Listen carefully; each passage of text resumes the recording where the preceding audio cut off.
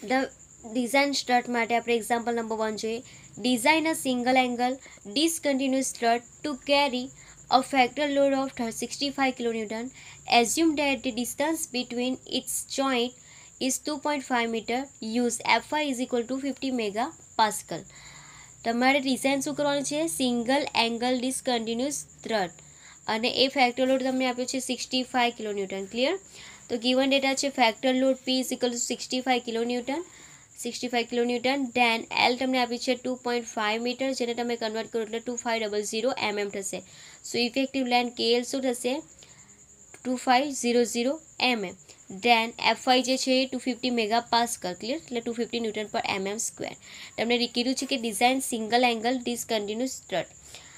First step number 1, assume KL by R and find FCD. KL by R તમારે assume કરવાનું કે four single angle માટે તમારે assume કરવાનું છે KL by R is equal to 120.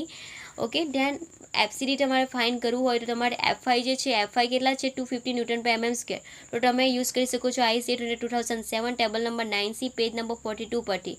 તો તમને વેલ્યુ મળશે 120 માટે તમારી FCDની વેલ્યુ. તો જોઈએ આપણે પેજ નંબર 42 પર.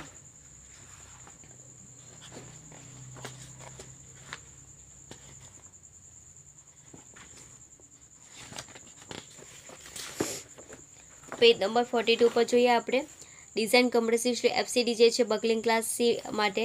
તો તમને આપ્યું છે 250 અને વેલ્યુ આપી છે 120. ઓકે. સો 120 એન્ડ 250માં તમે જોઈ શકો છો તો શું આવે છે? આ 83.7. સો તમારી વેલ્યુ આવશે FCD 83.7 ન્યૂટન પર mm square. Then step number 2, selection of angle section select કરવાનો છે. So we know that P is equal to A into FCD, જે આપણે IS 800-2007 ક્લોઝ નંબર 7.1.2 પેજ નંબર 34 પર છે તમને ગીવન. સો એના પરથી તમારે શું ફાઇન્ડ કરવાનું? AE is equal to P divide by FCD. So value put કરો. P તમારું 60 કિલોન્યુટન છે તો એને ન્યૂટનમાં કન્વર્ટ કરી 65 ઇન્ટુ 10⁻³ એન્ડ FCDની વેલ્યુ છે તમારી આ આવી તે. સો પુટ કરો તો 83.7 થશે. સો એની વેલ્યુ આવશે 777 mm square. Okay. Now select angle section base on AE. Okay. From steel ટેબલમાંથી તમારે એ એંગલ સેક્શન સિલેક્ટ કરવાનો છે. સો હવે સ્ટીલ ટેબલમાં હું એંગલ સેક્શન લઉં છું. ક્લિયર? તમે ઇક્વલ લેવું, અનઇક્વલ લેવું, હું અત્યારે ઇક્વલ લેવું છું. ક્લિયર? અને તમારો એરિયા શું આવે છે? 777. હવે એના કરતાં ઓછો એરિયા તમારે કન્સિડર નથી કરવાનો. ઓકે. તો તમારે એનાથી થોડો નિયરર અપ હોય તો તેવો તમારે સેક્શન સિલેક્ટ કરવાનો છે. હવે અહીંયા તમે જોઈ શકો છો તમારે એરિયા જોવાનો છે. 777 કરતાં તમારે હાઈ એરિયા લેવાનો. ક્લિયર? તો 7 to 7 8.66. સો હું આ કન્સિડર કરી શકું 75/75/6 mm. ડિઝાઇન છે એટલે તમારી રીતે તમે લઈ શકો છો, પણ 777 કરતાં ઓછો એરિયા લેવાનો નથી. ઓકે. ને એકદમ નજીક પર તમે નયા લઈ શકો. સો હું 866 લઈ શકું. સો સેક્શન શું છે? આ 75/75/6 અને એ પેજ નંબર 4 પર છે. સો હું સિલેક્ટ કરું છું. Select IS 75/75/6 mm steel table page number 4 પર, જેનો એરિયા છે AG is equal to 8.66 centimetre square. So એને કન્વર્ટ કરું તો AG is equal to 866 mm square આવશે. નાવ R મિનિમમ એની વેલ્યુ જોઈએ. RVV radius of gyration. Clear? તો radius of gyration R minimum તો હું જોઉં છું શું આવશે. R મિનિમમ એટલે RVV કેટલો આવશે? આ સેકન્ડમાં 1.46 સેન્ટીમીટર. સો તમારી વેલ્યુ આવશે R minimum is equal two 14.6 mm. Clear?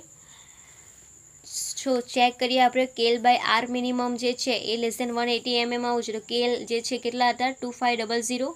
Than તમારે R મિનિમમ આવી 14.6 ઇઝ ઇક્વલ ટુ 171.23 એ લેસ દેન 180 આવે છે. ઓકે. સો એ છે તમારો IS 800-2007 ટેબલ 2 પેજ નંબર 20 પર છે. ક્લિયર?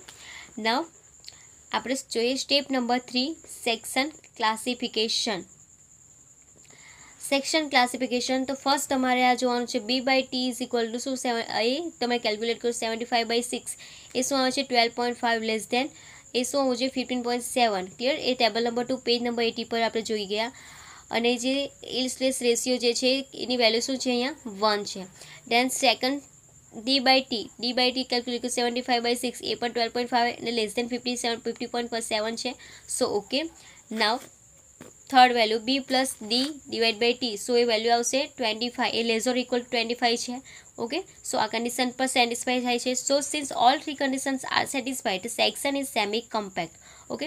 સો તમારે એ જે ઇફેક્ટિવ એરિયા છે તમે લઈ શકો છો, ગ્રોસ એરિયા તમારો આવ્યો એ. સો ઇફેક્ટિવ એરિયા એ ઇઝ ઇક્વલ ટુ શું થશે 866 mm².